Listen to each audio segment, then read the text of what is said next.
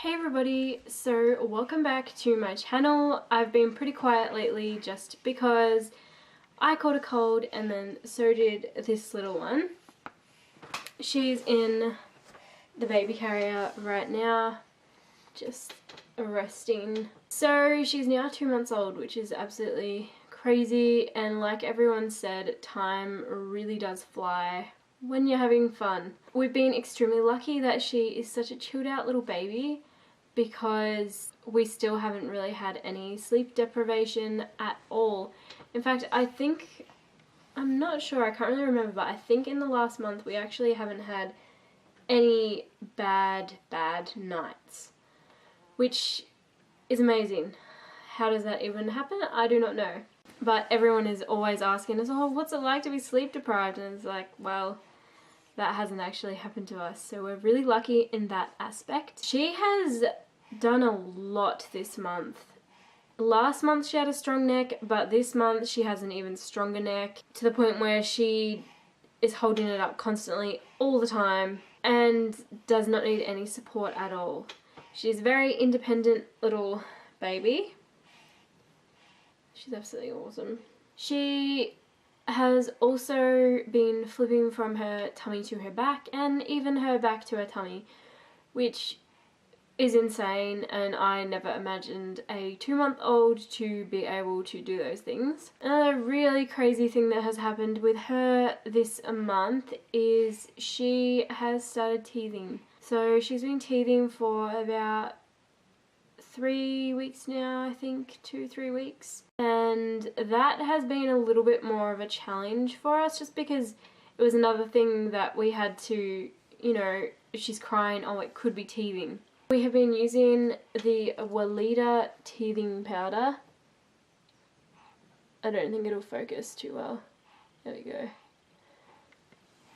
So we have been using that for her teeth, and it seems to work really well. We have been just rubbing it, putting it on our finger and rubbing it on her gums, and yeah, that really helps. The most difficult thing is that she is too little to be holding things in her mouth. She's slowly getting the hang of it, but still not enough. So when it's really bad, I'll be holding a little frozen teether in her mouth or something like that, just to give her a bit more comfort. She has been sleeping through the night. This time now, it's usually from about 9:30, 10 o'clock till sometimes 9:30 in the morning as well. But most of the time she wakes up when we wake up, which is 6:30. She has a feed, a nappy change, and then she'll go back down after about an hour. So that's sort of what she's doing. Although on weekends she obviously knows, and so if we sleep in past 6:30, which we usually do till about 7:30, 8 o'clock, she will sleep for that long as well, which is absolutely amazing. She does not wake up during the night for a feed anymore. She's sometimes will wake up for about a 4:30, 5 o'clock feed, but a lot of the time now she's just putting it off until 6:30 in the morning, which is absolutely amazing. Although I don't really mind waking up in the night to feed her, just because we're co-sleeping, so it's so easy to just, plop a boob out for her to have a little bit of a feed. One thing that did happen this month, which was absolutely terrifying, was we got a call from the Monash Hospital, the special genetics unit, about how her newborn heel prick test came back with saying that she might have cystic fibrosis.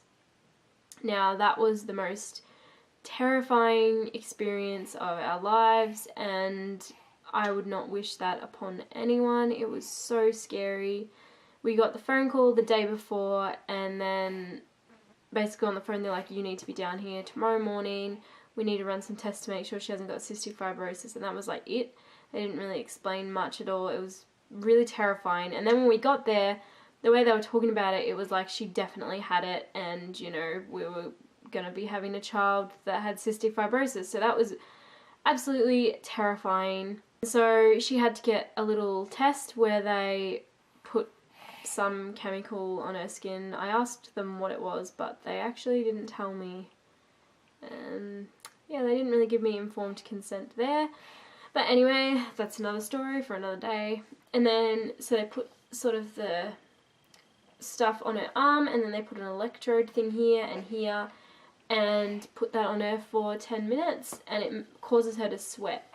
And so then they have this little swab thing on her to collect the sweat, and then from the sweat they do more tests to find out if she has it or not. They did say on the phone that she was positive as a carrier, so we got really confused as to why they wanted more tests, because it didn't really make any sense. But we went and got the test anyway, because we basically got told that our child was going to die of cystic fibrosis, so it was really, really scary. And anyway, it came back that she is just a healthy carrier. 1 in 25 people are carriers in Australia, and 1 in 20 in Tasmania are carriers, so it's really common, and a lot of people have it without knowing. And I also then got blood tests to find out which side that gene came from, and it came from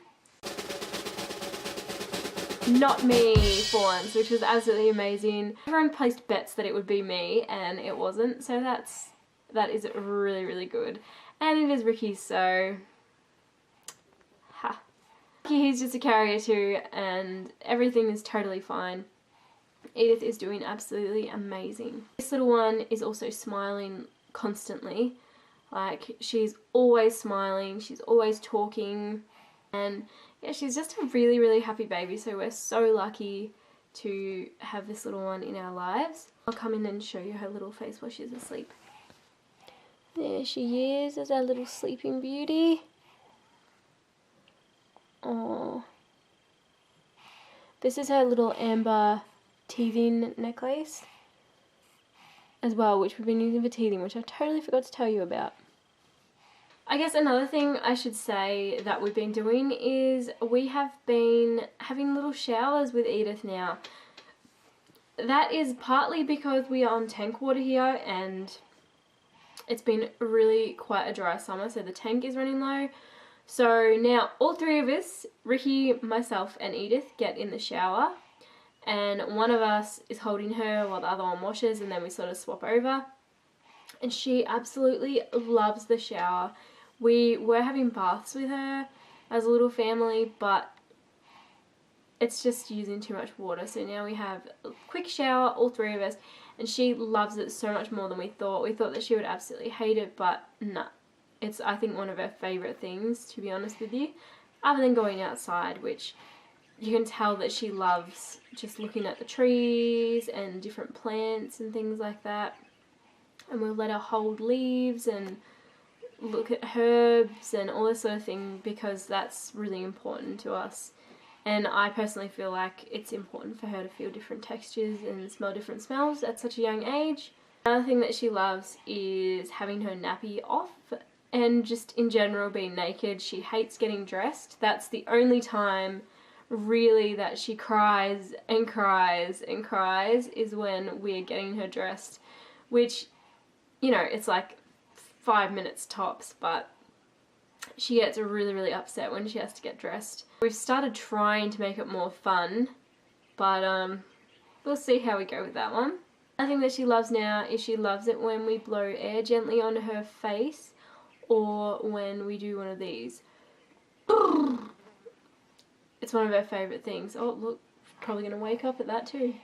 But yeah, she absolutely loves that, and she smiles so much when one of us is doing that to her. I'm going to put the stuff about me in a separate video, just because this video is already getting close to the 15-minute mark, and I don't want to make this 30 minutes long. So this is Edith's 2-month update, and keep your eyes peeled for my postpartum update, which I will have at the end card or in the description below if you do want to have a look at that and see how I'm going. Thanks so much for watching this, and I will see you in my next video, which will hopefully be really soon when this cold is gone. Anyway,